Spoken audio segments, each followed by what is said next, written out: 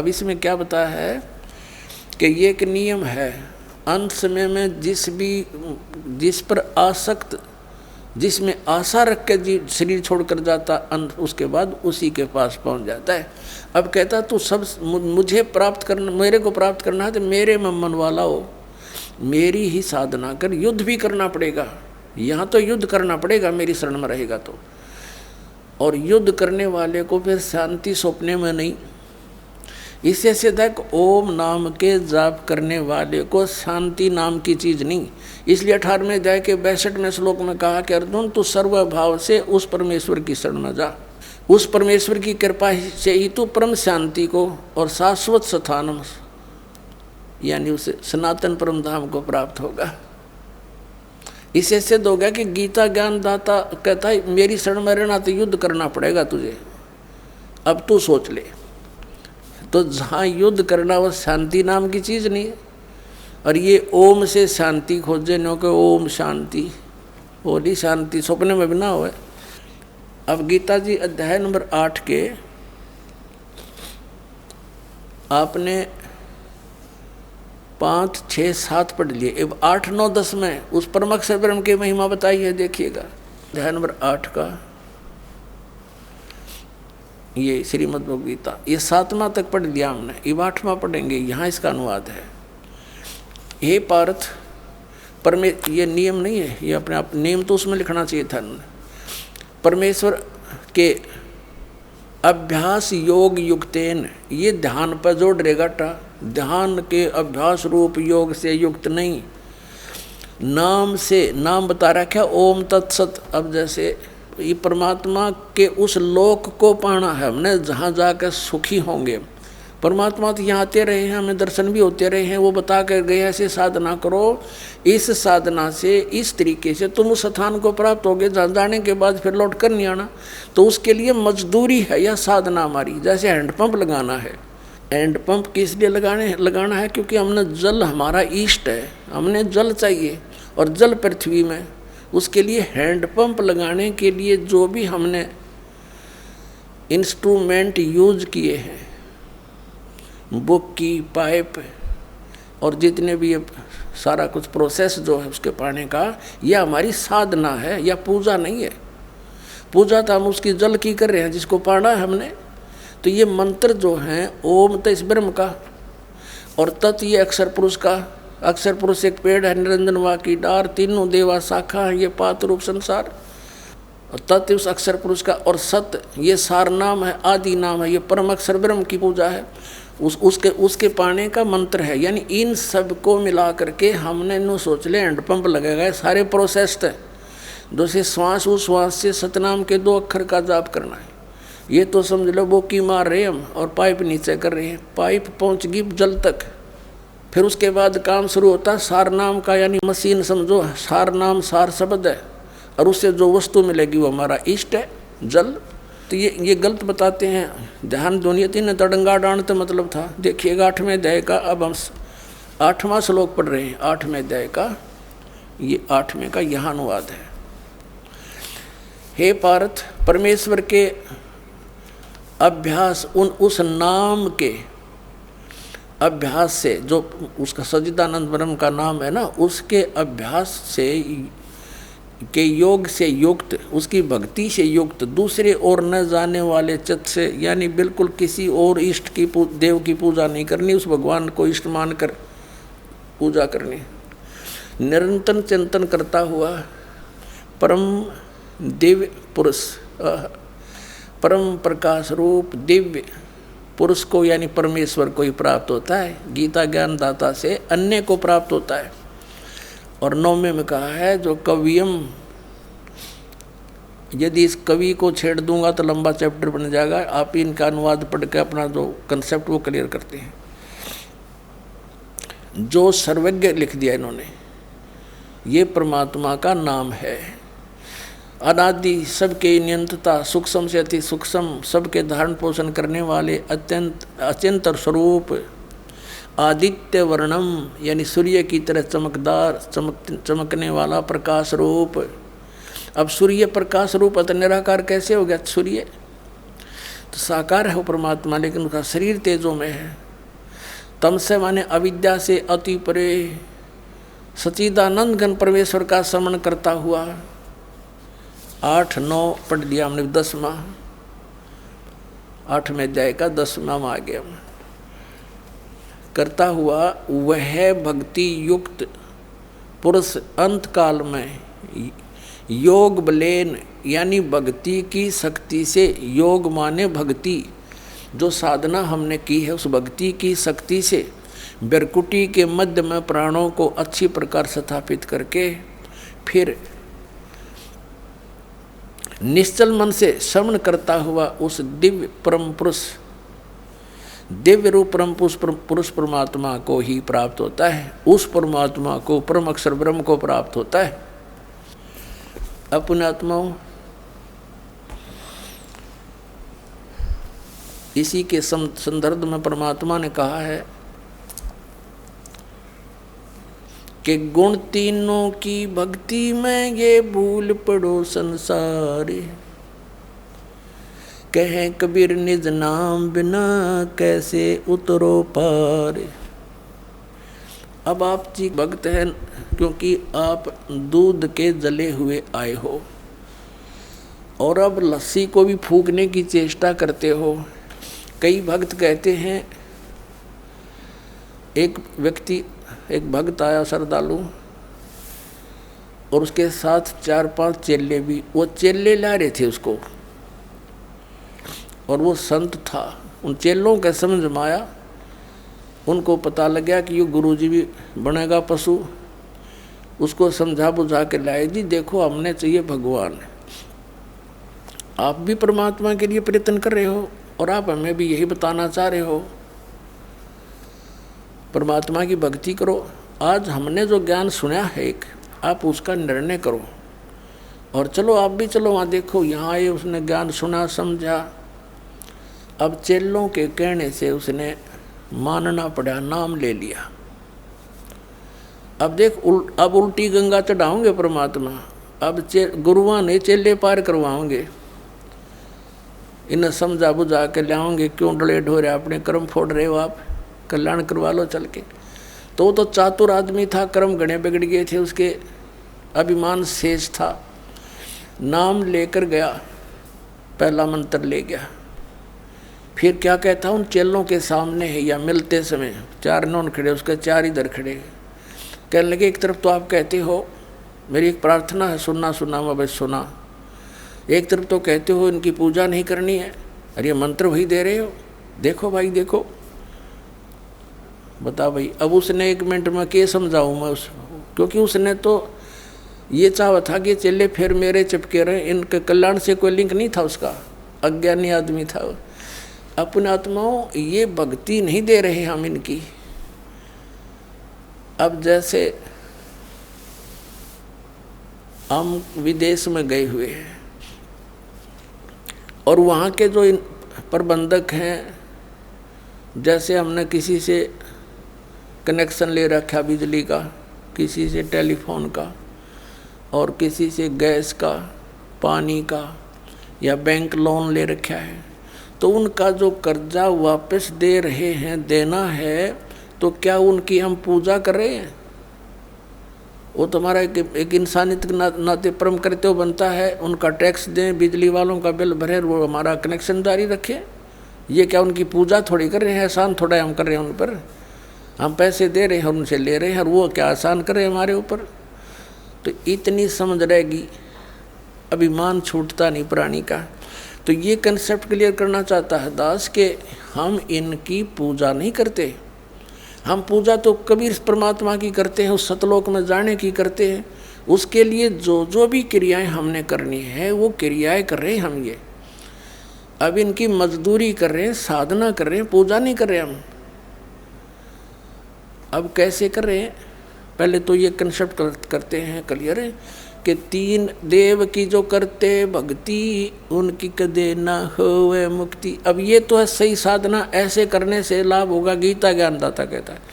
और जो इन तीनों देवताओं तक की पूजा करते हैं, 7वें अध्याय के 12 से लेकर और 15 तक रजगुण ब्रह्मा, सतगुण विष्णु, तमगुण शिव जी की जो साधना करते हैं, इन्हीं को इष्ट मानकर पूजते हैं, उनके लिए कहा है। जो इनको फाइनल गॉड मान रहे हैं, कंप्लीट गॉड, तो उनके लिए कहा है कि वो मुक्ति प्राप्त नहीं कर सकते, मोक्ष प्राप्ति नहीं हो सकती उनसे। इस 7वें अध्याय में निर्णायक ज्ञान दे रखा है। और ये कहा गीता ज्ञानदाता ने कि अर्जुन, अब ऐसा ज्ञान बता दूंगा जिसके जानने के बाद फिर कुछ भी शेष जानना नहीं रहेगा। और कति बिल्कुल सही बता रखा है, देखिएगा। ये 7वां अध्याय है, इसका दूसरा मंत्र देखिएगा। मैं तेरे लिए इस विज्ञान सहित तत्व ज्ञान को पूर्णतः कहूँगा, जिसको जानकर संसार में फिर कुछ भी जानने योग्य शेष नहीं रह जाता। हो गया खत्म। हम इसको थोड़ा सा शॉर्ट में पढ़ेंगे। 7वें अध्याय का हम 12 से शुरू करते हैं। 7वां अध्याय का हम 12 से शुरू करेंगे। ये 12वां श्लोक। अभी और भी जो सतगुण से उत्पन्न होने वाले भाव हैं और रजोगुण से तथा तमोगुण से उत्पन्न होने वाले भाव हैं, उन सब को मुझसे ही होने वाले हैं ऐसा जान, परंतु वास्तव में उनमें मैं और वे मुझ में नहीं है। अब अभी ताज़ा ये सिद्ध किया आपको कि रजगुण ब्रह्मा है, सतगुण विष्णु, तमगुण शिव जी। तो इन तीनों गुणों से क्या होता है? रजगुण ब्रह्मा से के दबाव से, इसके प्रभाव से, रजोगुण के प्रभाव से हम संतानों उत्पत्ति करते हैं। यहाँ के ठाठ बाट की हमारे अंदर एक जबरदस्त प्रेरणा बनती है, ये रजोगुण के प्रभाव से बनती है। और फिर सतीथि सतोगुण प्रभाव से एक दूसरे में ममता मोह फंस जानी, जबरदस्त जकड़े जाते हैं। और तमोगुण का अपना पता ही है, क्रोधाना, ये भगवान शंकर के विष्णु जी के तमोगुण से है। तो क्या बताया है कि इन तीनों गुणों से जो कुछ भी हो रहा है, सतीथि सृष्टि, सतीथि और संहार, इसका निमित्त मूल कारण तो मैं हूँ, लेकिन मैं इनमें नहीं, ये मुझ में नहीं, क्योंकि ये इनसे अलग रहता है, अपने पुत्रों से भी गुप्त रहता है। ये काल के पुत्र हैं, रजगुण ब्रह्मा, सतगुण विष्णु, तमगुण शिव जी। तो ये क्या बता रहा है आगे देखिएगा। 7वें अध्याय का 13वां श्लोक पढ़ेंगे। 12वां हमने पढ़ लिया। गुणों के कार्य रूप सात्विक, राजस, तामस, इन तीनों प्रकार के भावों से सारा संसार, प्राणी समुदाय मोहित हो रहा है। इन तीनों गुणों से परे मुझ अविनाशी को नहीं जानता। अब इस कितना कह रहा है कि ये तीनों गुणों के, रजगुण ब्रह्मा, सतगुण विष्णु, तमगुण शिव जी से ही जकड़ी हुई है इनकी बुद्धि। इनसे ऊपर ब्रह्म मुझे भी ना जानते, इनसे अधिक लाभ मैं दे सकता हूँ। आगे देखना 14वें में क्या किया। अध्याय नंबर 7 के श्लोक नंबर हम 14 को पढ़ रहे हैं। क्योंकि यह अलौकिक अति अद्भुत त्रिगुणमयी मेरी माया, रजगुण ब्रह्मा, सतगुण विष्णु, तमगुण शिव जी के द्वारा फैलाया गया जाल बड़ी दुस्तर है, यानी बड़ी खतरनाक है। परंतु जो पुरुष केवल मुझको निरंतर भजते हैं, वे इस माया का उल्लंघन कर जाते हैं, अर्थात इससे ऊपर उठ जाते हैं, जो ब्रह्म साधना करते हैं। अब 15वें में कहा है, इस माया के द्वारा जिनका ज्ञान राजा चुका है, रजगुण ब्रह्मा, सतगुण विष्णु, तमगुण शिव जी तक जो सीमित है, तमगुण शिव जी तक जो सीमित है, इन्हीं को इष्ट मानकर पूजते हैं। इनसे आगे किसी की सुनने को तैयार नहीं, और किसी की बात को नहीं सुनते। ये देखिए, वे असुर स्वभाव को, राक्षस स्वभाव को धारण किए हुए मनुष्यों में नीच, दूषित कर्म करने वाले मूर्ख मूढ़ लोग मुझको नहीं भजते। और फिर अपने बारे में बताता है, मेरी भक्ति भी 4 प्रकार के करते हैं। चतुर्विधा भजन्ते माम जना सुकृत न अर्जुन, आर्त जिज्ञासु अर्थार्थी ज्ञानी च भर्तर सब। गीता ज्ञानदाता ने स्पष्ट कर दिया कि मुझे छोड़कर अन्य देवताओं की, रजगुण ब्रह्मा, सतगुण विष्णु, तमगुण शिव जी की जो पूजा करते हैं, और किसी की उन पर वहाँ तक उनकी बुद्धि हरी जा चुकी है, इनसे आगे कोई सुनते नहीं। जैसे ये आचार्य, शंकराचार्य, ये जितने भी पवित्र हिंदू धर्म के गुरु, धर्म गुरु हैं, ये ब्रह्मा विष्णु महेश, ये विष्णु जी, शंकर जी और श्री कृष्ण जी पर हमारी बुद्धि को सीमित कर दिया। हम इन ताकि किसी की सुनना तैयार नहीं, कट मरे एक दूसरे के साथ हैं। तो कहते हैं राक्षस स्वभाव को धारण किए मनुष्यों में नीच, दूषित कर्म करने वाले मूर्ख, ये मेरी भक्ति भी ना करते। ओए होए, अब इनको 4 संज्ञा दे दी एक श्लोक में। राक्षस स्वभाव को धारण किए हुए मनुष्यों में नीच, दूषित कर्म करने वाले मूर्ख। अब थोड़ा सा प्रमाण देते हैं। जैसे हिरण्यकशिपु ने रजगुण ब्रह्मा की पूजा करी थी, अपने पुत्र का शत्रु हो गया, हल्दी की गांठ पाकर पंसारी बन गया और सबको कह दिया मेरी भक्ति करो। अपने पुत्र का शत्रु हो गया, जुल्म गुजारे।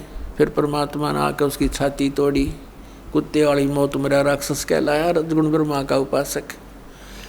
फिर तमगुण शिव जी का उपासक था रावण, कैसे जुल्म, कैसा दूषित कर्म किया, अपनी ही माता को उठा लाया, पति बनाने की चेष्टा करने लगा, सीता को उठा लाया। यानी शिव का पुजारी अपने बड़े भाई भी, उसके बड़े भाई विष्णु की पत्नी ने उठा लाया। बता अकल। तो इससे दूषित कर्म और क्या करेंगे। दूषित कर्म करने वाले मूर्ख, राक्षस स्वभाव को धारण किए मनुष्यों में नीच। तो चारों उपमा इनके ऊपर फिट होगी। रावण कुत्ते वाली मौत मेरा राक्षस कहलाया। एक भस्मागिरी नाम का तपस्वी था, भगवान तमोगुण शंकर का उपासक। उसके द्वार के सामने, गेट के सामने ऊपर न पैर करके नीचे न सिर, सिरासन पर तपस्या शुरू कर दी, हठयोग। एक दिन पार्वती ने कहा कि भगवान आपका उपासक क्या मांगता दे दो, आप तो समर्थ हैं। तो शिव जी ने पूछा कि बोल भाई क्या मांगते हो भस्मागिरी। भस्मागिरी ने कहा भगवान वचनबद्ध हो जाओ, तुम मांगो। शंकर भगवान ने कहा ठीक है भाई तथास्तु, हो गया वचनबद्ध, बोल। एकदम खड़ा हो गया, सीधा ऊपर ने सिर करके कहने लगा भगवान ये भस्म कड़ा दे दो जो अपना हाथ में पहन रखे है। भगवान श्री शंकर जी ने सोचा साधु संत है, जंगल में रहता है, अपनी रक्षा के लिए मांगता होगा, निकाल के दे दिया और वचनबद्ध हो ही गए थे। अब ज्यों ही उस राक्षस के हाथ में वो कड़ा आया, उसी से मैं कह दिया कि होले होशियार शिव जी, तुझे मारूंगा, मैं इसीलिए साधना कर रहा था और पार्वती को पत्नी बनाऊंगा। हा हा हा हा, एकदम बदल गया तेवर। अब देख लिया भगवान शिव ने भी भाई तो बात बिगड़ गई, राक्षस की इसकी वह चेहरा है बदल गया एकदम। तो भगवान शंकर भाग लिए वहाँ से अपनी जान बचा के। अपने आत्माओं देखो, आगे आगे तो भगवान और पाछे पुजारी, जा खागड़ा जोटे की तरफ आगे।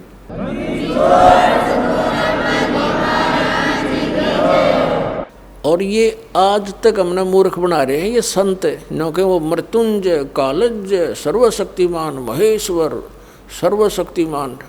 बताइए, मृत्युंजय था, डर के भाग रहा। कबीर साहब थे मृत्युंजय, उनको ऐसे ऐसे जुल्म गुजारे, तोब लगा दी थी परमात्मा को मारने के लिए, दरिया में डाल दिया था, गंगा में, नौका में बैठा ले गया, हथकड़ी जोड़ बांध कर, पैरों में बेड़ी बांध कर और गंगा में डाल दिया। हथकड़ी अपने आप टूट गई, बेड़ी निकल गई हाथों गले से, जल के ऊपर बैठ गए भगवान। तोब के गोले छोड़ दिए उन दुष्टों ने, 4 पैर 12 घंटे तक तोब के गोले मारते रहे, एक भी निकट नहीं गया। वो थे मृत्युंजय। अब उधर से आगे आगे भगवान शिव जी भाग रहे हैं, पीछे पीछे भस्मागिरी फुल स्पीड पे। अब परमात्मा आकर जान बचाता है इनकी। स्वयं परमेश्वर आए, पार्वती रूप बनाया, उन दोनों के बीच में एक पेड़ के नीचे खड़े हो गए। और भस्मागिरी तो भाग्य इसलिए रहा था, उसने पार्वती रूप में भगवान ने कहा रुक जाओ रुक जाओ, वो रुक गया उसने तो। और ये भी कह दिया कि अब क्यों डरते हो, तो रुकेगा नहीं, पता नहीं कहाँ जाएगा, जाने दो इसको, आ जाओ बैठो। अब भस्मागिरी के लाड़ पड़े रही थी, उड़े डट गया। तो अब भस्मागिरी से पार्वती रूप में भगवान ने कहा कि कुछ डांस वांस करके दिखा मुझे, ताकि मेरी आत्मा प्रसन्न हो तेरे से।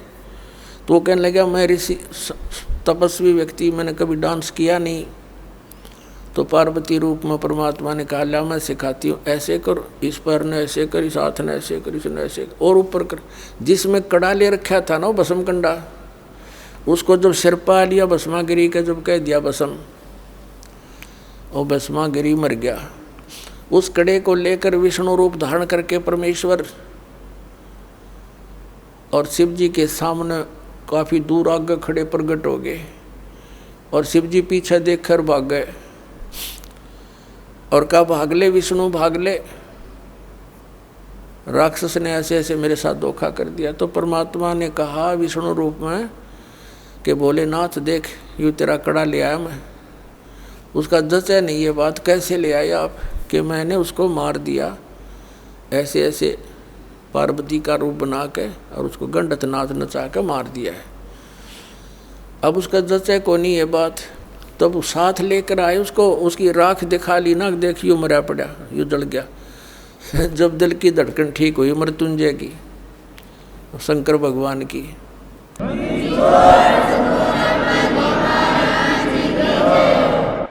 अपने आत्मा इससे भी दुष्ट और कौन होंगे, अपनी माँ के ऊपर नीत डिगा दी, और भगवान शंकर को अंतर्यामी के ये नहीं समझ सका, वो राक्षस के सोच लिए बैठा है, और दे दिया कड़ा ठाकर, उसका दो मारो जूत भगा देता वहाँ से। यदि अंतर्यामी होता समझ जाता पहले, ये क्या बकवास सोचे बैठा है, अरे इनकी हम पूजा करने पर ला रखे थे, सारा जीवन बर्बाद करा दिया हमारा। और परमात्मा 600 वर्ष पहले कहा करते, 3 देव की जो करते भक्ति उनकी कदे ना हुआ मुक्ति। अब भस्मागिरी से भस्मासुर हो गया, राक्षस कहलाया, और कुत्ते वाली मौत मरा। ऐसे दूषित कर्म, ऐसे जुल्म, अपनी माँ पर नीत डिगा रहा, यानी देव इष्ट देव रूप में पूजे, उसकी पत्नी पर दोष मन में नीच के, इससे बुंडा और कौन, इससे दुष्ट और कौन होगा। फिर तीसरे आते हैं विष्णु के उपासक वैष्णव। एक बार कुंभ का मेला हो गया हरिद्वार की हर की पैड़ी पर प्रभु का उनका संयोग बन गया।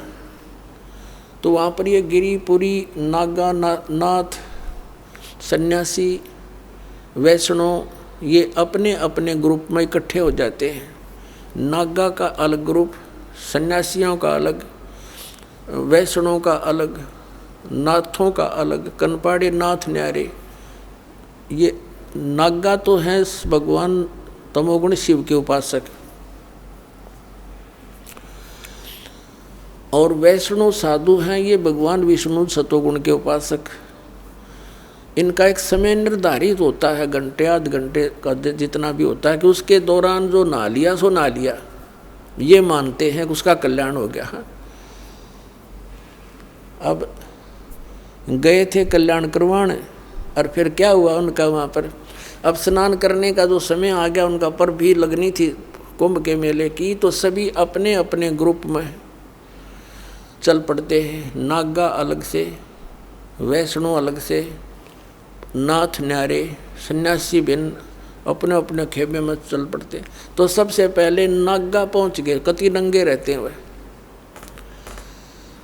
और वो हर की पैड़ियों पर सब जगह खड़े हो गए, नहाने की पोजीशन पकड़ गए। पीछे से वैष्णु साधु आगे, सतोगुण विष्णु जी के उपासक। उन वैष्णव ने कहा कि नागाओं, पहले हम स्नान करेंगे, हम सर्वश्रेष्ठ हैं, तुम बाद में नहाना। अब नागा कहने लगे, नहीं हम सर्वश्रेष्ठ हैं, हम त्यागी और बैरागी हैं, हम नहीं इच्छा रहते, हम वस्त्र भी धारण नहीं करते, हम बिल्कुल निर्लेप हैं।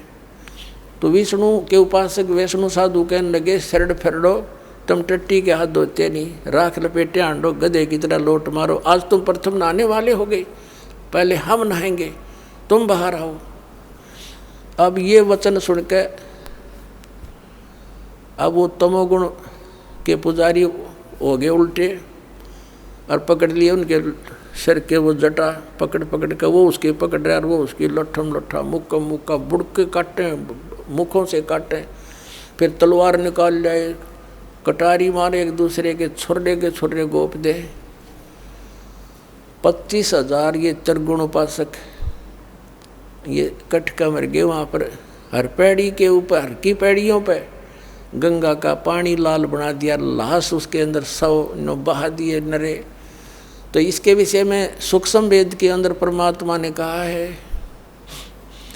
तीर तुपक तलवार कटारी जमदड़ जोर बदावे हैं, हर पैड़ी हर हेत न जाण्या वहाँ जा तेग चलावे हैं, काटे शीस नहीं दल करुणा ये जग में साध कवावे हैं, जो जन इनके दर्शन को जावे उनको भी नरक पठावे हैं।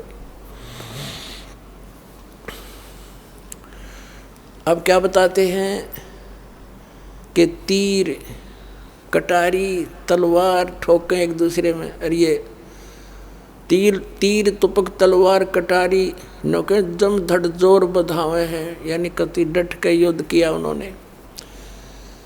और हर पैड़ी हर हेत नहीं जाण्या वहाँ जा कर चलावे हैं। भगवान हर पैड़ी कवे, भगवान का प्रेम भी नहीं, और आपस में कटका मर गए वहाँ पर। काटे शीस नहीं दल करुणा ये जग में साध कवावे हैं, इनका इतनी दया नहीं, राक्षस से भी बुरे ये। काटे शीस नहीं दल करुणा ये जग में साध कवावे हैं, और जो जन इनके दर्शन को जावे, इसे ऐसे व्यक्तियों के पास जो जागा उनको यही पाठ पढ़ाओगे कटने और मरने का, तो उनको भी नरक पठावे हैं। तो पुण्यात्माओं, परमात्मा 600 वर्ष पहले कहा करते, गुण तीनों की भक्ति में ये भूल पड़ो संसार, कहें कबीर निज नाम बिना कैसे उतरो पार, तीन देव की जो करते भक्ति उनकी को देना होवे मुक्ति। अपने आत्मा परमात्मा ये कहा करते कि उन्होंने ये नहीं कहा कि ये हमारे ब्रह्मा विष्णु महेश तुम्हारे दुश्मन नहीं बताए, ये अपने भाई बहन हैं और काल का फंस गई अच्छी आत्माएं हैं, इनको बना दिया यहाँ का चौधरी, इनकी मृत्यु होगी जब इनको गधे बना कर छोड़ देगा और नई तैयार कर लेगा। आप मत है, ये तो हमारा दुरुपयोग कर रहा है। और दुर्भाग्य उन देवताओं का, ब्रह्मा विष्णु महेश का, जो आज स्वर्ग में बैठे हैं, उनके हाथ से ये प्राइम टाइम निकल गया इनका, जो आज आपको प्राप्त हो रहा है, ये समय है।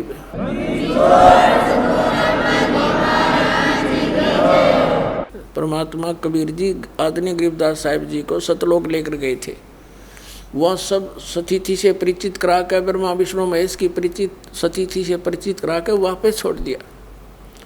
उसके बाद उन्होंने कहा था, तीनों देवा कमल दल बसे, ये ब्रह्मा विष्णु महेश, प्रथम इनकी वंदना फिर सुन सतगुरु उपदेश।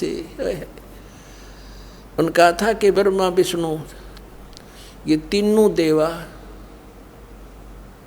कमल दल में बसते, हमारे कमलों में, इन दलों में अंदर रहते हैं, और प्रथम इनकी वंदना, ये मंत्र जो करते हैं हम इनकी साधना करते हैं, और फिर सुन सतगुरु उपदेश, सतगुरु के ज्ञान को सुनो और उसका पूरा कंप्लीट कोर्स लो, तब ये बात बनेगी।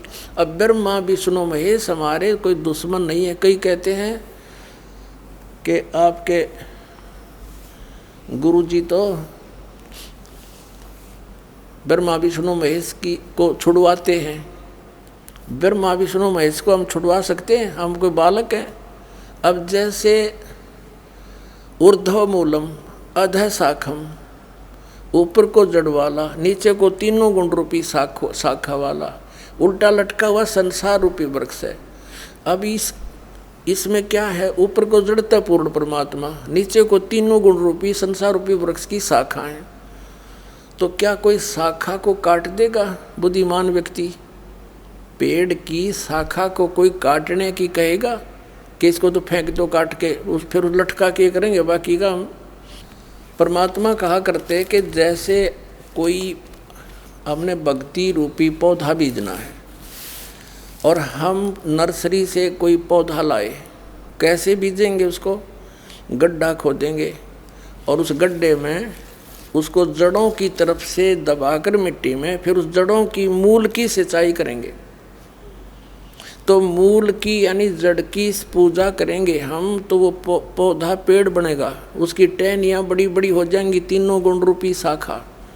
तो उन शाखाओं का फल लगेगा, और फल के लिए हम सारा प्रोसेस अपना कर रहे हैं, फल प्राप्ति के लिए हम कर रहे हैं। तो वो हमने तोड़ने नहीं होते, हमने ऐसे करना है, अपनी way of worship according to the spiritual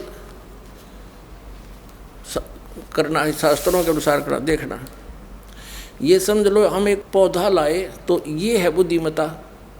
जड़ों को गमले में यानी मिट्टी में डाला, दबा दिया और पूजा शुरू कर दी, सिंचाई। ये जड़ कबीर परमात्मा है इस संसार रूपी वृक्ष की। अब ये हमने जड़ों को पूजना है, इन ब्रह्मा विष्णु महेश की पूजा नहीं कर। हम क्या कर रहे हैं, ऐसे कर रहे हैं। ये बता बालका वाला काम कर रखे हमने, हंसी नहीं आवे। हम ऐसी पूजा कर रहे हैं, उल्टा काम कर लिया हमने। ब्रह्मा विष्णु महेश को हम इष्ट रूप में पूज रहे हैं, गमले में ला दिए ब्रह्मा विष्णु महेश और ये पूजा कर रहे हैं। तो कोई क्या कहेगा, समझदार व्यक्ति ने कहा सीधा कर ले इसने, और वो लड़े, हट जा दूर, खबरदार तूने क्या कर दिया। अब देखो जड़ छोड़ दी हमने, अब जड़ ऊपर रहेगी तो पौधा भक्ति रूपी पौधा सूख गया, ये यूजलेस है। ये शास्त्र विधि को त्याग कर शास्त्र विरुद्ध साधना है, ये उल्टा बीजा हुआ भक्ति रूपी पौधा। और हमने ऐसे करने को कहा, तो इसमें इसकी पूजा करेंगे भगवान कबीर साहब की, फिर हमारे शास्त्र अनुकूल कर्म बनेंगे। शास्त्र अनुकूल संस्कार होने से ये फल ब्रह्मा विष्णु महेश ने देना हमारे को, क्योंकि यहाँ के ये प्रधान हैं, इबिन का फल लगेंगे। अब इसका प्रमाण देते हैं। अपने आत्मा परमात्मा ये कहा करते, तुम साधना ठीक करो और फिर अब आपको लाभ होगा पूरा। अब तुम साधना कर रहे हो उनकी जो आपको कुछ दे ही नहीं सकते। अब जैसे आप किसी फैक्ट्री मालिक की नौकरी कर रहे हो, तो नौकरी उसकी कर रहे हो, आपकी हाजिरी लगकर तनख्वाह बनकर कैशियर के पास आती है, अकाउंटेंट के पास आती है। अब तनख्वाह तो देंगे अकाउंटेंट और वो कैशियर, लेकिन वो देंगे आपका वर्क डन, और वो भी उस मालिक की मजदूरी करोगे। तो यदि उस आप लागे अकाउंटेंट और कैशियर की जूते साफ करन, उसकी प्लेट धोना, वह नौकरी दी छोड़ आपने, वो खा के देंगे आपको, कहीं भाज्य चोर चाह भी ना पाओ टाइम पे। तो इसी प्रकार हमने पूजा तो करनी है, मजदूरी तो करनी, इष्ट रूप में तो पूजना परमपिता को, कबीर साहब को, और फिर उससे बनेंगे हमारे शास्त्र अनुकूल जितने भी शुभ संस्कार फिर देंगे। यही यहाँ पर जब तक आप यहाँ रहोगे तो यहाँ के ये प्रधान है, इन्होंने हमारा वर्क डन देना है। जैसा कर्म करेगा फल देगा भगवान, इनका ये आखिरी विधान था। तो ये भगवान तो वर्क डन ही दे सकते, इसमें ऐड नहीं कर सकते। और फैक्ट्री मालिक मनमाना करा के दे तोहफे में, यानी परमात्मा हमारे मालिक हैं, मालिक तो कुछ भी दे सकता है। अब और थोड़ा सिखा दिखाते हैं, क्योंकि कंसेप्ट इससे जुड़ा हुआ है। इसी गीता जी अध्याय नंबर 3 के, ये श्रीमद् भगवद गीता अध्याय नंबर 3 के आपको दिखाते हैं, श्लोक 10 से लेकर 15। ये देखिएगा, श्रीमद् भगवद गीता अध्याय नंबर 3 के और श्लोक नंबर 10। प्रजापति ब्रह्मा ने कल्प के आदि में यज्ञ सहित प्रजाओं को रचकर कहा था, तुम लोग इस यज्ञ के द्वारा, यज्ञ माने धार्मिक अनुष्ठान, शास्त्र अनुकूल वृद्धि को प्राप्त हो। यह यज्ञ तुम लोगों को इच्छित भोग प्रदान करने वाली हो। 11वें में कहा है, यज्ञ के द्वारा देवताओं को उन्नत करो और वो देवता तुम लोगों को उन्नत करें। इस प्रकार निस्वार्थ भाव से एक दूसरे को उन्नत करते हुए तुम लोग कल्याण को प्राप्त हो जाओगे। 12वें में फिर कहा है, यज्ञ के द्वारा बढ़ाए गए देवता, बताओ देवता ने क्या हम पकड़ कर बढ़ावाएंगे, खींच कर बढ़ावाएंगे उन्हें। अब ये विधि बता रखी है कि शास्त्र अनुकूल साधना करने से जड़ की पूजा करने से ये तीनों देवता रूपी शाखा बढ़ जाएंगी, बड़ी हो जाएंगी, फिर ये फल देंगे। देखिए, यज्ञ के द्वारा, शास्त्रानुकूल साधना के द्वारा बढ़ाए हुए यानी बढ़े हुए देवता, ये तीनों शाखाएं तुम लोगों के बिना मांगे ही इच्छित भोग निश्चय देते रहेंगे। उन देवताओं को दिए हुए भोगों को जो पुरुष उनके बिना दिए स्वयं भोगता है वह चोर है। अब क्या सिद्ध हो गया कि जैसे हम मूल की पूजा करेंगे, मूल की यानी जड़ की पूजा करने से टहनी बड़ी हो जाएंगी, ये देवता बढ़ गए, बड़े होकर ये फलों से लदपद हो जाएंगी, ये टहनी बिना मांगे देंगे अपने आप, क्योंकि हम मूल की पूजा कर रहे हैं तो अपने आप इनका बस की बात नहीं, देने पड़ेंगे फल हमारे को। आगे देखो, और जो फिर कहते हैं धर्म दान नहीं करते तो वो तो चोर हैं, वो फिर स्वयं भोगता है बिना गुण को दिए यानी बिना कुछ दान किए, तो चोर है। 13वें में कहा है, यज्ञ से बचे हुए अन्न को खाने वाले श्रेष्ठ पुरुष सब पापों से मुक्त हो जाते हैं, और जो पापी लोग अपने शरीर पोषण के लिए ही अन्न पकाते हैं वे तो पाप ही खाते हैं। इसका कहने का भावार्थ यह है, अपने आत्माओं यहाँ पर इस सतलोक आश्रम बरवाला जिला हिसार हरियाणा में पूरे विश्व में एक ये स्थान है जहाँ शास्त्र अनुकूल साधना होती है।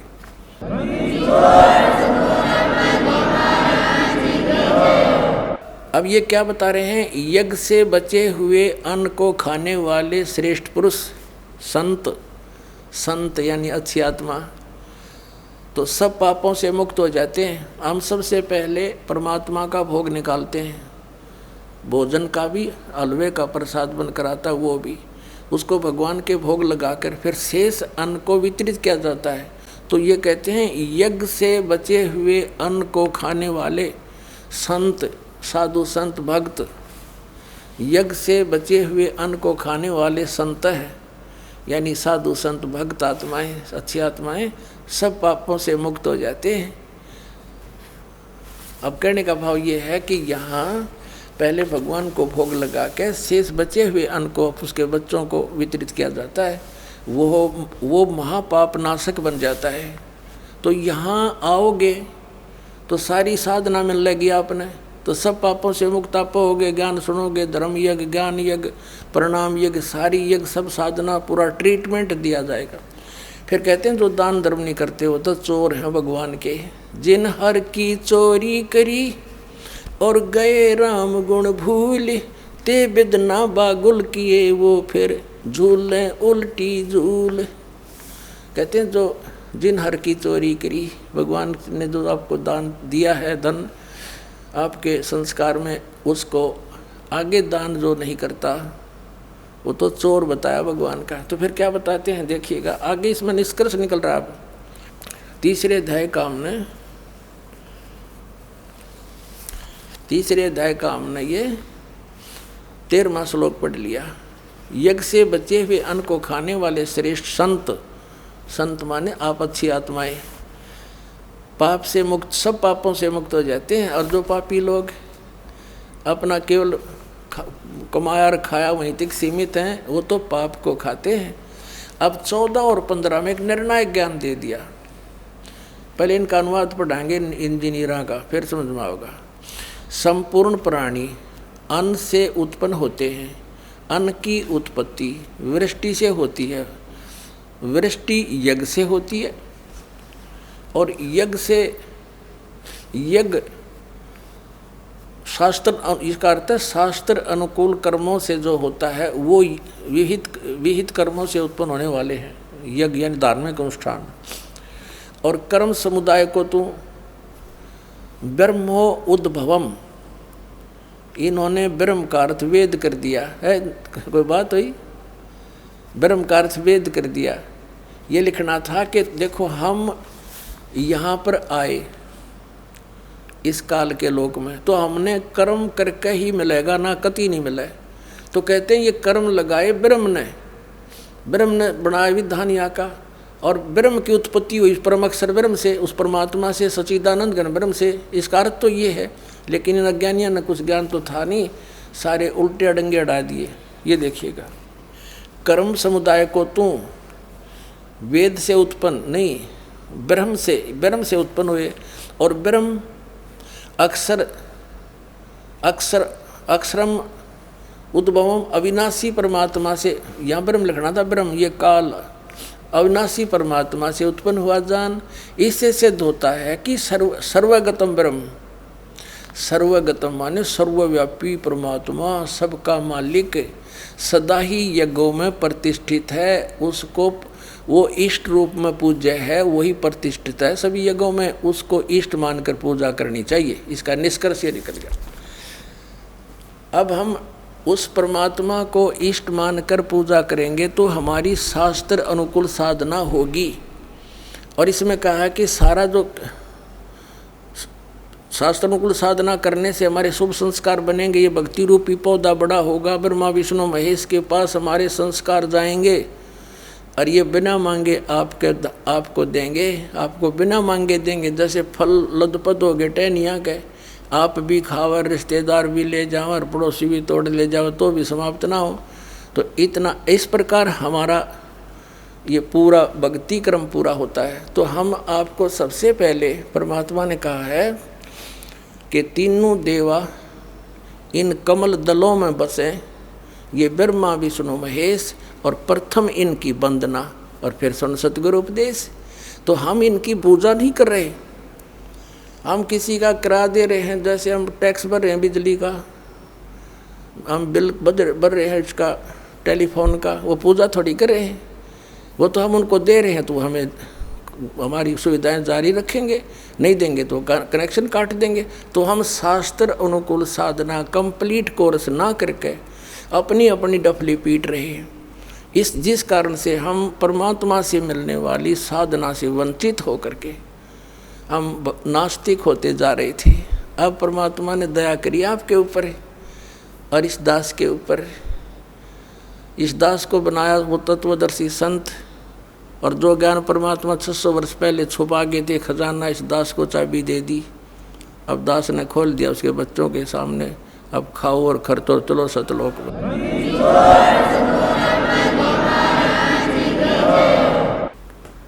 परम पिता परमात्मा पूर्ण ब्रह्म, सारी सृष्टि के रचनहार, सर्व प्राणियों के दाता, सर्व प्राणियों के सृजनहार, कबीर देव कबीर साहिब, ये हमारे परम पिता हैं। ये सभी प्राणियों के हितैषी हैं। जिन पुण्यात्माओं को मानव शरीर प्राप्त हो चुका है, और वो भी इस कलयुग के ऐसे समय में जिसको कलयुग का मोक्ष समय कह सकते हैं, तो धन्य है उन पुण्यात्माओं के उन पुण्य संस्कारों को, और धन्य है उनके माता पिता को जिनसे जन्म हुआ। परमात्मा कहते हैं,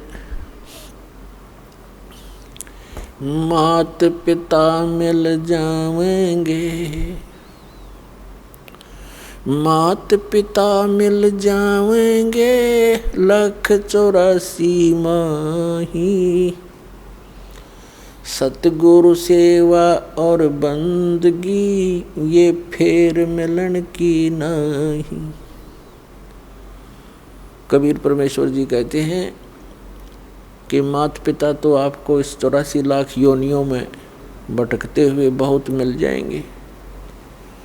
मनुष्य जीवन होगा वहाँ माता पिता होंगे, कुत्ते का जीवन होगा वहाँ माता पिता मिल जाएंगे, सूअर का जन्म होगा वहाँ माता पिता मिल जाएंगे, लेकिन सतगुरु सेवा और बंदगी ये फेर मिलन की ना। आइए अब हम उन श्रद्धालुओं के अनुभव जानते हैं जो जगत गुरु तत्वदर्शी संत रामपाल जी महाराज जी से दीक्षा प्राप्त कर चुके हैं तथा उनके द्वारा बताए गए भक्ति मार्ग पर चल रहे हैं। नमस्कार सर। नमस्कार सर। सर क्या नाम है आपका? मेरा नाम सोमदत्त है जी। सर कहाँ से आए हैं आप? मैं साधनगर दिल्ली पालम से आया हूँ जी। सर, संत रामपाल जी महाराज से नाम दीक्षा लेने से पहले आप क्या भक्ति साधनाएं करते थे? मैं संत रामपाल जी महाराज से नाम लेने से पहले ये राधा स्वामी सत्संग ब्यास की गद्दी है, वहाँ से दीक्षित था। सर, आप राधा स्वामी ब्यास से कितने साल तक जुड़े रहे और आपने वहाँ क्या क्या भक्ति साधनाएं की? मैं वहाँ से करीब 30 साल राधा स्वामी जो गद्दी थी उसकी मैं दीक्षित रहा हूँ। और जैसे वो भक्ति बताया करते थे वैसे अपने मतलब दिल से करते भी थे, लेकिन कोई विशेष लाभ उसमें नहीं होता। वो उसमें 5 मंत्र देते थे, ज्योत निरंजन, ओंकार, रंकार, सोहंग और सतनाम, लेकिन उसका विशेष लाभ कोई नहीं मिला जी। बस करते रहे। फिर एक बार हमारी पत्नी को जो है पित्त की थैली में जैसे पथरी थी तो उसका बार बार दर्द उठता था, तो हम उसके इलाज के लिए काफ़ी मतलब वैद्यों से भी दिखाया, उधर भी दिखाया। डॉक्टरों का तो ये इलाज था कि इसका ऑपरेशन करवाना पड़ेगा, लेकिन पत्नी हमारी ऐसे थोड़ी कमज़ोर दिल की है, उसने कभी ऑपरेशन के लिए तैयारी अपनी करी नहीं। 31 मार्च 2005 की बात है। तो उस दिन मैंने छुट्टी कर रखी थी घर पे। तो पेपर ये जो हिंदुस्तान जो नवभारत टाइम्स है उसमें एक न्यूज़ आई थी, राधा स्वामी सत्संग के अंदर एक जो है सेवा के अंदर ट्रक जा रहा था, जिसके अंदर 62 टोटल उनके सेवादारी मतलब बैठे हुए थे, सेवा के लिए जा रहे थे। ब्यास जो गद्दी थी उनकी वहाँ पे अमृतसर के पास में जो ब्यास गद्दी है उनकी, वहाँ जैसे वो ब्यास पे पहुँचे, मेन जो GT रोड है अमृतसर की साइड से एक जो है ट्रक लक्कड़ का भरा हुआ आ रहा था, इधर से ये सेवादार जो जा रहे थे। तो दोनों करीब होते हैं मेन रोड पर करीब 60-65 की तो स्पीड आम होती है जो है व्हीकल की, तो दोनों आपस में एकदम ऐसे भिड़ गए। तो जो लक्कड़ वाला जो था वो तो सब लक्कड़ ऐसे बिखर गए, और ये जो सेवादार जो जा रहे थे इनके भी जो है लाशें ऐसे बिखर गई जैसे बेर बिखर जाते हैं रोड के ऊपर, और उसमें से एक भी नहीं बचा था। इवन ड्राइवर भी वहीं ख़त्म हो गया था, 62 की 62 खत्म हो गई। और उसमें ज़्यादातर जो है ऐसे थे नौजवान लड़के, कोई 30 साल का था, कोई 35 साल का था, कोई 40 साल का था, हमारे जैसा बुजुर्ग कोई 60-65 का, उसमें कोई 1-2 ही था। अब परमात्मा की सेवा में जा रहे हैं वहाँ, और उसको परमात्मा समझते थे भाई चलो हमारी हर तरह की राहत मिलती है, भाई शारीरिक भी, मानसिक भी, जैसे भी आध्यात्मिक की, लेकिन उसी के दर पे जा रहे हैं, वहीं जा करके सारे खत्म हो गए। तो वो जैसे मैंने न्यूज़ उस दिन देखी, पढ़ी पेपर के अंदर, तो मुझे बहुत दुख हुआ, बहुत रोना आया, मैं सारा दिन रोता रहा। और मुझे एक ही चीज़ उससे मतलब आभास हुआ कि भाई ये भगवान नहीं है, हम तो ऐसे ही जो है काल के चक्कर में कहीं फंसे हुए थे। मतलब ऐसी घृणा हो गई। उनका अप्रैल के अंदर फिर सत्संग था, अप्रैल के अंदर जो सत्संग होता उनका 3 दिन का राधा स्वामी पंथ का, तो वो डेट उनकी जैसे फिक्स थी, उसमें जाना था। मेरे पुराने साथी थे जैसे जाया करते थे उपदेशी राधा स्वामी पंथ से, उस दिन मैं नहीं गया, 3 दिन नहीं गया, मैं घर पे रहा। हालांकि छुट्टी भी थी, वो सेकंड सैटरडे पड़ता है उसमें 2 दिन का, तो 1 दिन की छुट्टी कर लेते थे, लेकिन मैं घर पे ही रहा, नहीं गया। तो उसका टेलीफोन आता है मेरे साथी का जो बिल्कुल निजी था, जिसको मैंने वहाँ से उपदेश भी दिलवाया था। वो कहने लगा ये आप सत्संग में आज नहीं आए, क्या बात हुई भाई साहब? मैंने कहा मुझको भाई ये तो काल का मार्ग है, ये तो भगवान नहीं है, यहाँ तो बहुत बड़ा धोखा हो रहा हमारे साथ में, मैं इसमें नहीं जानता। परमात्मा कहीं धरती पे होंगे तो उस परमात्मा की खोज करेंगे अब तो। ऐसा मैंने कह के उनको टाल दिया। वो नाराज़ होने लगा, कहता आपने इतने जीवों को जोड़ दिया, आप कैसे कर रहे हो, ये परमात्मा नहीं है। मगर आपने न्यूज़ देखा सुना था, अभी 31 मार्च की बात है, 31 मार्च 2005 में पेपर में नवभारत टाइम्स में आप पढ़ के देखना, आपके पास रखा होगा, तो 2-3 दिन पहले की बात है मुझे ये। और वो कहने लगे जी देखा था, लेकिन ये तो प्रारब्ध के अनुसार भुगतना ही पड़ता है। मुझे इसमें प्रारब्ध क्या करेगा बताओ? जब हम परमात्मा की शरण में जा रहे हैं, उसको भगवान मानते हैं, तो हमें इन दुखों से, कष्टों से भी राहत नहीं मिलती है, तो फिर क्या भक्ति करने का क्या फ़ायदा हमारा? यानी मेरे बिल्कुल घृणा हो गई जब तक मेरे को संत रामपाल जी महाराज से कोई मतलब किसी तरह का भी कोई मतलब भेद नहीं मिला था। तो फिर वो नाराज़ हो गए, कहने लगी ऐसे कैसे चलेगा, आपने तो इतने जो है इतने साल भक्ति करी, छोड़ दिया, काल के उल्टे आप ही काल के मार्ग में चले गए, हमें कह रहे हो काल का मार्ग बता रहे हो। मगर जो कुछ भी है मैं तो ये जो है इधर झाँकूंगा भी नहीं। इसके बाद मैंने उनको स्पष्ट बोल दिया। तो सर, आपने बताया कि आप राधा स्वामी डेरा ब्यास की 30 साल तक भक्ति करते रहे, लेकिन आपको बहुत बड़ा झटका लगा जब राधा स्वामी ब्यास की तरफ 62 लोग जा रहे थे और ब्यास के आउटर पर पहुंचते ही उनका एक्सीडेंट हुआ और वो 62 के 62 की मौत हो गई, जिससे आपको लगा कि राधा स्वामी डेरा ब्यास जो है वो असली भक्ति नहीं है, बल्कि एक काल का मार्ग है, गलत भक्ति है। तो फिर संत रामपाल जी महाराज की शरण में आप कैसे आए? उसके बाद क्या होता जी, उन दिनों में जो है ये आस्था चैनल चलता था, तो मैं आस्था चैनल पे और भी जैसे धार्मिक संत महंतों के सत्संग जैसे प्रवचन आते रहते हैं धार्मिक चैनल पे, मैं सुनता रहता था भाई कौन क्या कह रहा है नहीं कह रहा। तो वो जो खास कोई विशेष मुझे छोटी मोटी उनकी बातें कोई लगती थी वो नोट कर लेता था पेपर पे, लेकिन जो दिल से संतुष्टि नहीं हुई। फिर करते करते जो है ये करीब सितंबर 2005 की बात है, तो जैसे ही मैं वो धार्मिक सत्संग देखता था तो करीब 8:30 बजे का टाइम होता था उन दिनों। तो गुरु जी का जो है ये रामपाल जी महाराज, संत रामपाल जी महाराज का चल रहा था प्रोग्राम। तो मैंने देखा ये संत तो मतलब अजीब से ही लग रहे हैं, और ये बता रहे हैं, वो शेरम वाली का जब जिक्र करते थे, शेरम वाली जो माता है अष्टांगी, इसका जैसे हम 5-7 उपदेशी बैठ जाते थे तो ये चर्चा होती थी, जी आदि कुमारी है। पूछते थे भाई एक तरफ तो इसको आदि शक्ति कहते हैं, दूसरी तरफ कहते हैं जी ये जय माता की बोलते हैं। ये बात समझ में नहीं आती, भाई माता जी तो कोई विवाहित औरत को बोलते हैं, कुंवारी लड़की को तो माता जी नहीं कहते। तो मतलब किसी के पास ये संतोषजनक जवाब मिलता ही नहीं था, ये मतलब संदेह रहता था। लेकिन उस दिन बाई चांस जो है ऐसा हुआ, परमात्मा संत रामपाल जी महाराज का वो चैनल खुल गया, उस पर देखा तो वो यही चर्चा शेरा वाली माता के ऊपर ही बोल रहे थे। अगर भाई ये जो शेरा वाली माता है ना, ये जो है एक विवाहिता औरत है और ये ज्योति निरंजन जो काल है ये इसका पति है।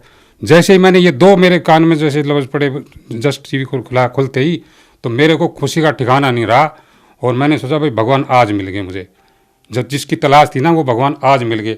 उसके बाद हम जो है करोथा आश्रम गए और ये 10 सितंबर 2005 की जो है हमने जो है संत रामपाल जी महाराज से दीक्षा ली। सर, संत रामपाल जी महाराज से नाम दीक्षा लेने के बाद आपको क्या लाभ प्राप्त हुए? सबसे बड़ा लाभ तो सर ये हुआ कि जिस मतलब मोक्ष मार्ग जिसे कहते हैं भाई, ये मनुष्य जन्म मोक्ष मार्ग के लिए मिला है, वो सबसे बड़ा फायदा है कि हमें मोक्ष मार्ग संत रामपाल जी महाराज की कृपा से हमें मिला और उसको जैसे उन्होंने बताया है उसी के अनुसार हम उसका अनुसरण कर रहे हैं। दूसरा कुछ शारीरिक भी लाभ हुआ, मानसिक लाभ भी, जैसे कुछ टेंशन जैसे बनी रहती थी, कोई काम धंधा करते थे उसमें शरीर भारी भारी रहता था, काम भी करते थे लेकिन शरीर में ऐसे नहीं जैसे किसी ने कोई टन वजन रख दिया हो सिर पे, ऐसा शरीर रहता था, मतलब हल्का फुल्का नहीं महसूस करते थे अपने आप को। जैसे रामपाल जी महाराज से दीक्षा ली उसके बाद शरीर ऐसे एकदम हल्का फुल्का हो गया और एक तरह से मतलब अंदर खुशी सी मतलब छाई रहती है, कोई उदासी महसूस नहीं होती। जब हमने 10 अप्रैल 2005 को संत रामपाल जी महाराज से दीक्षा ली तो उस टाइम हमने कोई किसी प्रकार की भी प्रार्थना नहीं करी थी अलग से, भाई ये हमारे पास ये कष्ट है, हमारे ऊपर ये कष्ट है जी, दूर कर दो। जो पत्नी को जो है 13-14 साल से पित्त की थैली में पथरी थी और 13-14 साल से हमने डॉक्टरी इलाज भी करवाया, लेकिन उन्होंने डॉक्टरी इलाज में यही कहा था कि इसका ऑपरेशन के सिवाय और कोई चारा नहीं है।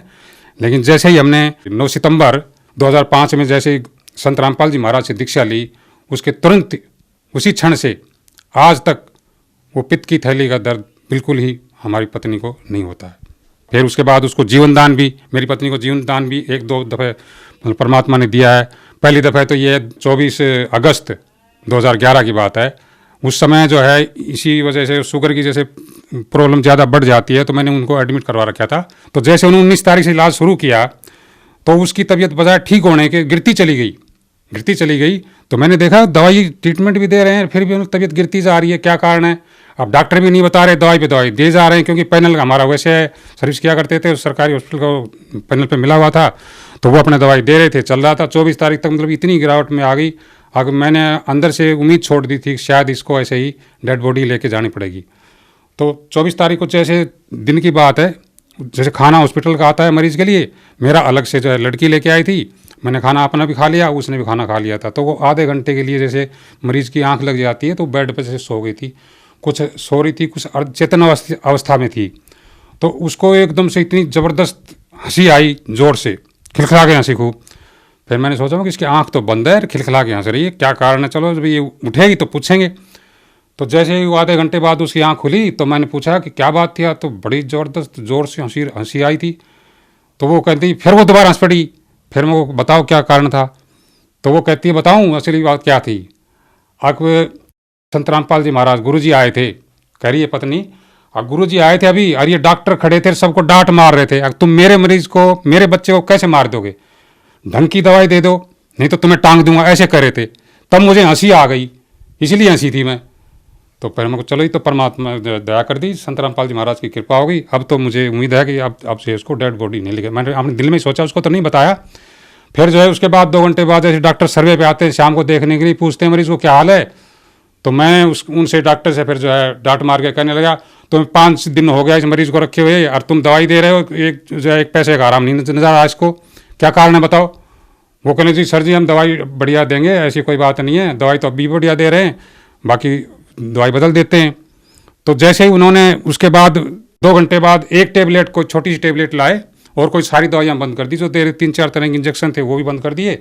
एक ही टेबलेट दी उन्होंने, वो शाम को दी और सुबह दी, और सुबह फिर 11 बजे जो है दूसरे दिन छुट्टी कर दी। संत रामपाल जी महाराज की दया से मेरी पत्नी को इतना लाभ मिला, उनको जीवन दान एक तरीके से समझिए उनको मिला।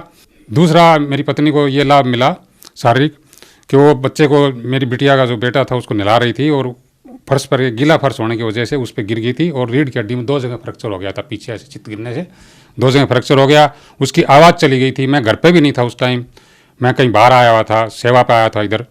तो उन्होंने बताया मेरे को टेलीफोन करके ऐसी ऐसी बात हो गई है और मम्मी को चोट लग गई है। कोई बात नहीं। फिर मैं शाम को जैसे घर पहुंचा तो देखा उसकी आवाज़ बंद थी, उठ भी नहीं पा रही थी। उसको हॉस्पिटल ले गए। डॉक्टर कहने लगे उसकी पैर हिला रहे थे, ऐसे भाई ऐसे ऐसे करके पैर हिला रहे थे, कहीं पैर तो आपके सही जो है सुन नहीं है। और वो देखते हैं पैरालिटिक हो जाता है रीढ़ की हड्डी में जैसे चोट लगती है। तो उन्होंने जो है करीब 10 दिन वहाँ हॉस्पिटल में रखा उसको इलाज के लिए, और वो दवाई पेन किलर वगैरह देते रहे। उसी से जो है उसको थोड़ा बहुत रिलीफ वैसे मिल गया था टेम्परेरी। लेकिन वो जब वो आवाज़ नहीं आ रही थी तो वो डॉक्टर अलग से पर्दे में जा कर के साइड में सलाह मशुरा करते थे। बोले भाई ये तो अजीब केस है, और ये आप बोल कैसे रही है, मतलब जिंदा भी कैसे, इसको पैरालिटिक हो जाना चाहिए था, अब तक तो ये खत्म हो जानी चाहिए थी। 2 जगह इसकी फ्रैक्चर है रीढ़ की हड्डी में। तो मतलब वो ट्रीटमेंट भी दे रहे थे और अचंभित भी थे वो। तो फिर जैसे हमने तो पता था भाई संत रामपाल जी महाराज से हमने जैसे दीक्षित ले रखी है, उनकी कृपा से ठीक हो जाएंगे। उसी दौरान जो है 9 जून का इधर रोहतक के अंदर भंडारा था, उसमें उसने कहने लगी मैं भी जाऊँगी।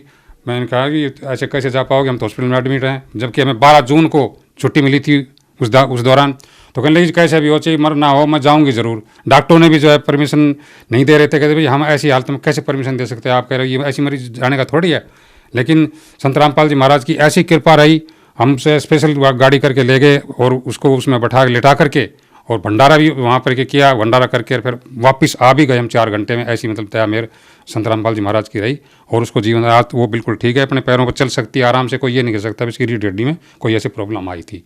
एक बार मैं रास्ते में जा रहा था, रास्ते में चलते चलते पैर पे मेरे को सांप सर्प ने काट लिया था, और उसके लिए मैंने कोई इलाज वगैरह भी नहीं किया। संत रामपाल जी महाराज की कृपा से वो बिल्कुल, मैं आज बिल्कुल ठीक ठाक हूँ। कोई किसी प्रकार की मेरे पैर में कोई परेशानी नहीं है, और मैं 15 दिन में बिल्कुल नॉर्मल अपने आप को महसूस करने लगा था। सर, आपने बताया कि एक भयानक एक्सीडेंट जो राधा स्वामी डेरा ब्यास में हुआ, उसे देखने के बाद आपका दिल टूट गया था राधा स्वामी डेरा ब्यास से। उसके बाद आपने संत रामपाल जी का ज्ञान सुना समझा, तो संत रामपाल जी से आपने नाम दीक्षा ली, और संत रामपाल जी से नाम दीक्षा लेने के बाद शारीरिक और आध्यात्मिक लाभ हुए। आपकी पत्नी को भी लाभ मिला, उनकी बीमारी से उन्हें निजात मिला। तो जो श्रद्धालु आपको देख रहे हैं, आप उन्हें क्या संदेश देना चाहेंगे? उनको मैं यही कहना चाहूँगा, जैसे और जितने भी नकली संत हैं या राधा स्वामी पंथ जैसे और भी बहुत से नकली पंथ चल रहे हैं, वो सारे काल के मार्ग हैं। और जो शास्त्र भी उनके पास कोई भी शास्त्र के अनुसार कोई साधना नहीं है।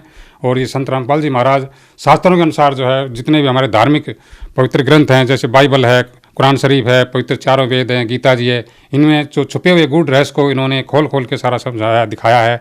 उन्हीं के अनुसार जो है शास्त्र अनुसार साधना करने से ही हमें जो है सच्चा मोक्ष मिल सकता है और सच्ची साधना मिल सकती है। और बाकी इनको छोड़ करके पूरे विश्व में कोई भी इनके मतलब बराबर कोई संत नहीं है। सर्व भक्त समाज से मेरी हाथ जोड़ करके विनती है कि संत रामपाल जी महाराज से अपनी दीक्षा लेकर के अपना आत्म कल्याण करवाएं, अपने परिवार का भी आत्म कल्याण करवाएं। धन्यवाद सर। धन्यवाद।